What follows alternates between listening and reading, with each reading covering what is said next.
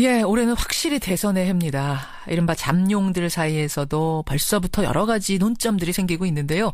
오늘 신년 특집 대선 주자 릴레이 인터뷰 네 번째 시간에 모실 이분은 촛불 공동정부론을 주장하고 나선 분.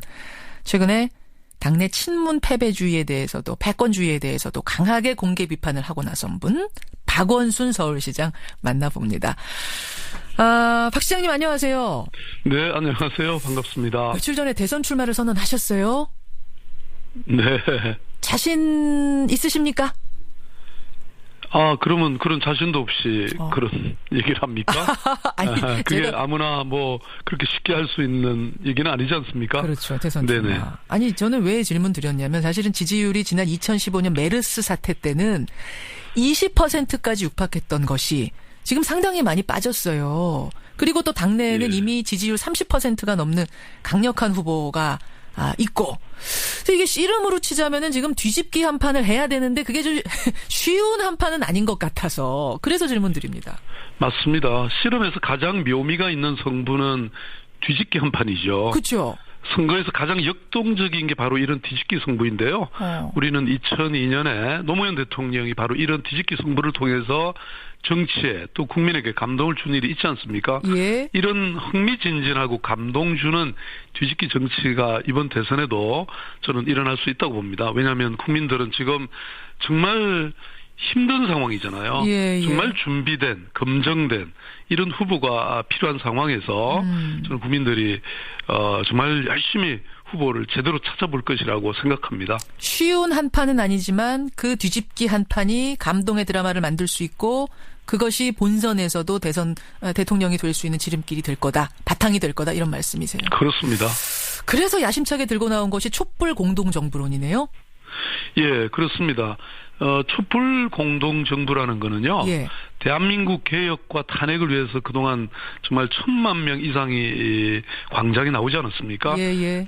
이런 그 야당과 시민들이 함께 참여해서 만드는 정부를 저는 추천하고 있습니다. 그러니까 지금은 사실 어느 정당 후보가 당선이 돼도 소수 정당이 집권하게 되기 때문에 이런 공동정부가 아니면 정말 국민들이 원하는 그 엄중한 개혁을 추진하기 어렵습니다. 그래서 저는 제왕적 대통령제 폐해를 이렇게 정권 창출 과정에서부터 없앨 수 있고요. 또 제왕적 대통령제 없애자면서 제왕적 대통령 또다시 뽑는 것은 문제죠. 예. 그래서 이렇게 촛불 공동정부를 구성하면 분권형 대통령이 탄생이 되는 겁니다. 그냥. 그러니까 개헌을 지금 하기에는 좀 시간이 촉박하다고 보시는 거고. 네, 그렇습니다. 그러니까 결국은 이제 유사하게 제왕적 대통령제의 폐해를 줄일 수 있는 공동정부를 만들어서 힘을 가지고 뭐 개헌이 필요하다면 임기 중에 개헌할 수도 있는 이런 원동력을 삼자 이런 말씀이세요. 예, 그런데 이제 이 촛불 공동정부를 만들 수 있는 방법이 저는 있습니다. 저는 사실은 그게 궁금했는데 이게 촛불 공동정부론이라는 게 말은 좋은데 좀 그냥 레토릭에 그치지 않겠는가? 이게 방법이 있겠는가? 그 질문 드리려고 했거든요. 예, 제가 아주 기가 막힌 생각이 있습니다. 기가 막힙니까? 뭡니까? 그럼요. 촛불 공동 경선을 실시하면 됩니다. 그러니까 공동정부에 동의하는 뭐 우리 더불어민주당은 물론이고 정의당, 국민의당 또 심지어는 시민사회를 포함한 모든 국민들이 참여하는 그런 촛불 공동 경선을 통해서 야권 단일 후보를 선출하자는 것이죠. 사실 뭐 광화문 광장을 비롯해서 전국에 각 지역별로 촛불 집회가 열렸던 광장들이 있지 않습니까? 있죠. 네, 이 촛불 광장에다가 수만 개의 투표소를 설치해가지고 누구나 자유롭게 공동정부의 후보 선출에 참여하게 하자는 것이죠. 그러면 정말 그동안 어린아이까지 가족들이 함께 투표소에 나와가지고 민주주의 산 교육도 되고 또 대통령 후보를 스스로 뽑는 자긍심도 갖게 되는 거죠. 만약에 이렇게 뽑힌 대통령 후보라면 당연히 촛불 시민들이 뽑아주었다는 자부심도 생기고요. 뭐 그야말로 정권 교체 자체 간의 축제도 되고. 축제가 되고. 네. 사실 뭐 제가 지난 2011년 서울시장 선거 나왔었을 때도 그때는 저는 무소속 후보였거든요. 그렇죠. 당시 민주당과 민주노동당 후보가 함께 공동경선을 실시한 경험이 있습니다. 그래서 물론 이제 요거는 그 18세 이상 그 주민등록증을 가진 사람이 광장에 나와서 지금 광장에 뭐 100만 이상이 모이지 않습니까? 그렇죠. 그러면 저절로 완전한 국민 경선도 되고 정말 국민들이 원하는 그런 경선 후보를 뽑게 되는 거죠. 완전 국민 경선은 완전 국민 경선인데 이게 뭐 모바일이냐 아니면 선거인단 등록해서 누가 뭐 어디 가서 하냐 이게 아니라 촛불 광장 전국의 그 촛불 민심이 모였던 그 광장에 투표함 설치해서 누구든지 와서 경선하게 하자. 예, 그러면 뭐 아마 수백만 명이 참여하게 되고 그러면 그 경선에 뽑힌 사람은 반드시 본선에 당선될 겁니다 아마. 그러니까 노래 중에 왜 촛불 잔치를 벌려보자 이런 게 있는데 촛불 잔치 같은 경선을 벌려보자 이런 말씀이네요 한마디로. 그러면 네, 그 공동 정부 안에는 대상이 어디 그 연대 대상은 어디까지예요? 어디까지 가능해요? 저는 일단 야권이어야 된다고 생각합니다. 왜냐하면 새누리당은 뭐 아무리 지금 당을 탈당하고 새로운 당을 만든다 하더라도 결국 초록이 동색이고 결국 국민의 심판을 받아야 된다고 저는 생각하고 있습니다. 나머지 야권들이 이런 그야말로 함께하면 정말 국민적인 그런 축제가 되고 또 굉장한 이 경선 과정이 돼서 국민들에게 정말 감동을 주고 우리 손으로 뽑는 후보다 이런 생각이 드시겠죠. 어떤 경선 과정에 드라마가 있어야 된다고 보시는 거군요. 감동의 드라마가. 맞습니다. 그냥 모바일 투표라든지 이런 방식은 감동 없다고 생각하세요? 그거는 그동안 뭐 많은 논쟁거리가 되지 않았습니까? 그렇죠. 이렇게 쉽고 재미난 길을 두고 왜 둘러갑니까? 좀 아날로그식 같은 느낌도 들지 모르는데 그거 상관없어요? 이게 지금 온 국민이 지금 광장에 나오고 있지 않습니까? 더군다나 이런 길만 열어주면 제가 보기엔 지금까지 나왔던 뭐 정말 1,000만 명이 아니라 아마 모든 유권자가 이미 경선 과정에서 다 나와버릴 겁니다. 그러니까 결국 감동의 드라마가 있어야 그게 본선에서도 경쟁력을 갖기 때문에 그런 걸 만들기 위해선 촛불 광장, 촛불 경선 필요하다. 청취자 김미희님, 좋은 아이디어입니다. 우울한 지지자가 되고 싶진 않거든요 하면서 지지하시는 분이 있는가 하면 꿈 같은 얘기네요라고 이재용님은 또 말씀을 하세요. 네, 우리는 늘 꿈을 갖고 그걸 실현해 가는 게 중요하지 않습니까? 꿈이 있으면 이루어지는 것이죠. 자, 이게 오늘 이제 촛불 경선이라는 화두를 던지셨으니까 여기 어떻게 펼쳐져 가는지는 좀 지켜보기로 하고 결국 이런 경선 얘기를 제안하려면 당에다 제안하려면 경선 룰 만드는 테이블에 나가셔야 되는데 어제 왜 박 시장 측은 아무도 안 나가셨어요? 저는 지금 상황에서 이 국민들은 사실 지금 뭐 그런 룰 협상에 관심이 있는 게 아니라고 저는 생각하고 있습니다. 더군다나 그런 경선 룰 협상에 가면 방금 말씀드린 이런 국민 감동시키는 경선이 아니라 어떻게 자기가 이긴 룰 만들까 이런 신경전 쓰기 마련이라고 저는 생각합니다. 그야말로 그런 룰 협상이 아니라 어떻게 국민을 감동시키고 또 민주당을 승리로 이끌까 고민하는 게 저는 우선이라고 보고요. 지금은 룰 협상에 얽매일 때가 아니다. 저는 그렇게 보고 있습니다. 얽매일 때가 아니다. 혹시 최근에 이제 친문 패권주의 이런 것들에 대한 강한 비판을 하셨는데 이 경선률 테이블에서도 그런 것들이 작용할 가능성 그게 해소되지 않았기 때문에 못 나가시는 건가요? 그런 것도 작용하나요? 저는 기본적으로 좀 전에 말씀드렸던 이런 정말 우리가 새로운 시대를 우리 국민들이 요구하고 있지 않습니까?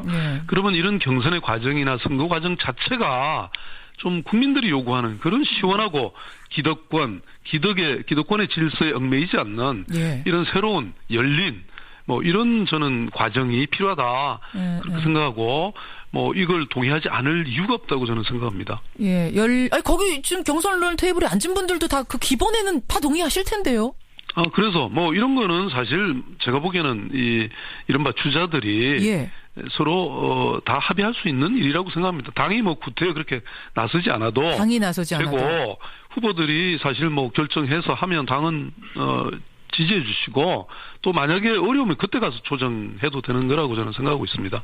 그럼 언제 나가세요? 그 테이블에는 언제 참석하실 생각이세요? 아마 실무적으로는 이미 논의들이 다 시작되고 있고요.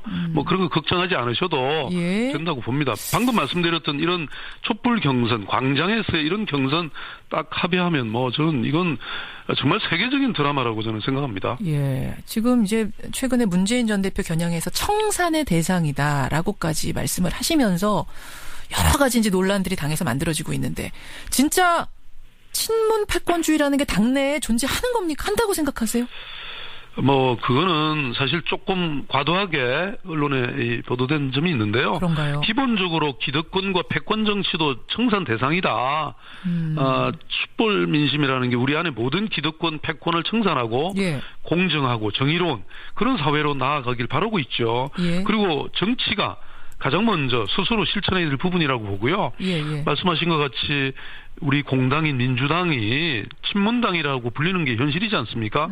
네, 그래서 사실 이런 게 당내에서도 이런 비판이 계속 있었죠. 당내에서도. 네, 그래서 저는 우리 민주당이 예. 국민과 함께 개혁을 해나갈 그런 세력이 되기 위해서는 우리 스스로 먼저 뼈를 깎는 그런 혁신과 예. 또 우리의 내부에 잘못된 이런 정치 문화를 청산해야 된다. 그런 의미에서 발언한 것이죠. 최근에 그러셨잖아요. 서울시장 후보까지 당에서 이미 친문 세력이 이른바 친문 세력이 정해놨다라는 얘기가 들립니다. 진짜 그래요? 예, 그런 얘기를 확실히 들었습니다. 어디서 그런 얘기를 들으셨습니까?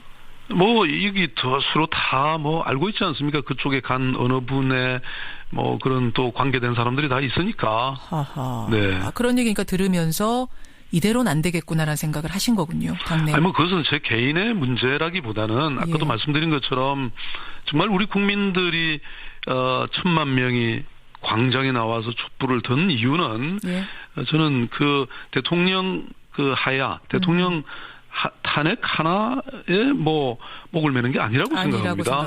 그야말로 이번 기회에 이 모든 기득권과 패권 정치를 청산하자라고 하는 그런 강렬한 알겠습니다. 욕구가 있는 거 아닙니까? 그런데 이거 친문 패권주의 없애자 이렇게 당내를 향해서 이렇게 비판하다가 이게 야권 분열로 이어지면 어떡하냐? 이게 저희 페이스북에 제일 많이 올라온 질문이거든요. 저는 판 깨는 게 아니라 판을 더 키우고 민주당 분열이 아니라 우리 야권이 다 함께 할 수 있는 그런 길을 만들자는 것입니다. 그야말로 대세론에 기대 가지고 예. 아무런 감동 없이 예? 무난하게 그렇게 후보 결정되면 저는 오히려 국민에게 감동도 못 주고 전국 교체하기 힘들다고 봅니다. 판이 깨지지 않을 정도라면 예. 오히려 그 범위 안에서 우리가 논쟁하는 게 좋지 않습니까? 알겠습니다. 그래야 국민들에게 살아있는 정당으로 보이죠. 제가 보기에는 오히려 문 대표님이 예. 지금 이렇게 조용하고 무난하게 논쟁하지 않고 자신이 후보로 이렇게 선출되면 예. 오히려 대선 승리 어렵다고 봅니다. 오히려. 그래서 굉장히 논쟁적으로 예. 정말 열린 광장에서 얼마든지 논쟁하고 토론하되 그 대신 판은 깨지 않는 선까지 치열하게 논쟁하자. 그렇죠. 그래야 역동적이고 아름다운 경선으로 국민을 감동시킬 수 있다고 생각합니다. 예. 저는 국민들 너무 걱정 안 하셔도 좋고요. 실험도 흥행시키고 예. 뒤집기도 성공시키겠습니다. 아니 보면 왜 실험판 저도 어릴 때 많이 가봤지만 예. 구름같이 몰려드는 그런 실험판이 돼야지. 결과가 뻔해가지고 관중 한 명도 없는 그런 실험판 되면 누가 이길지 뻔한 실험판에 누가 구경하러 오겠느냐? 네, 맞습니다.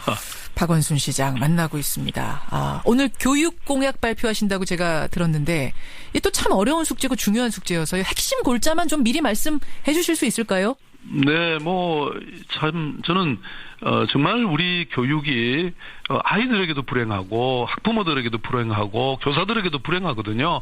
그걸 완전히 바꾸는 정말 교육 대통령이 되겠다 이런 말씀이고요. 예. 특히 서울대를 사실상 폐지하겠다. 서울대를 폐지하겠다고요? 네. 이게 상징적인 폐지입니까? 진짜 실물 서울대를 문 닫는다고요? 네, 이렇게 말씀드릴 수 있어요. 프랑스에 예. 통합국립대 있지 않습니까? 예. 그래서 국공립대학교를 전부 통합 캠퍼스를 구축하는 겁니다. 파리 1대학, 2대학 이렇게 있듯이. 그러면 지금 국공립대학을 예. 통합 캠퍼스로 만드니까 서울대학교 자체는 없어지지만 이 모든 대학이 다 서울대학교가 되는 것이죠. 그런 의미로 서울대 하고요. 그다음에 국공립대학교의 경우에 반값 등록금을 실시하겠다는 겁니다. 전국을. 네. 왜냐하면 서울시립대 제가 반값 등록금 하지 않았습니까? 예. 이거 하는데 사실 그 당시 반대도 많았고 그랬는데 지금은 학생도 학부모 다 만족하고 있고요. 알겠습니다. 학교 인지도도 굉장히 높아졌고 그래서 이렇게 되면 한 5천억 들어갑니다. 예. 그 정도면 저는 얼마든지 가능하다고 보고 있고요. 또 이렇게 되면 교육에서 알겠습니다. 지방 분권이 이루어집니다. 그럼 서울로 다 몰릴 필요가 없어요. 지방에 지역 균형이 일어납니다. 박원순 시장님. 오늘 얘기 다 하시면 안 돼요. 이제 레이스 시작되면서 공약 하나하나 좀 발표해 주시고요. 오늘은 교육 공약 발표합니다. 서울대 폐지론. 이게 어떤 건지 귀 기울여 듣겠습니다. 고맙습니다. 네, 감사합니다. 예, 서울시장 박원순 시장이었습니다.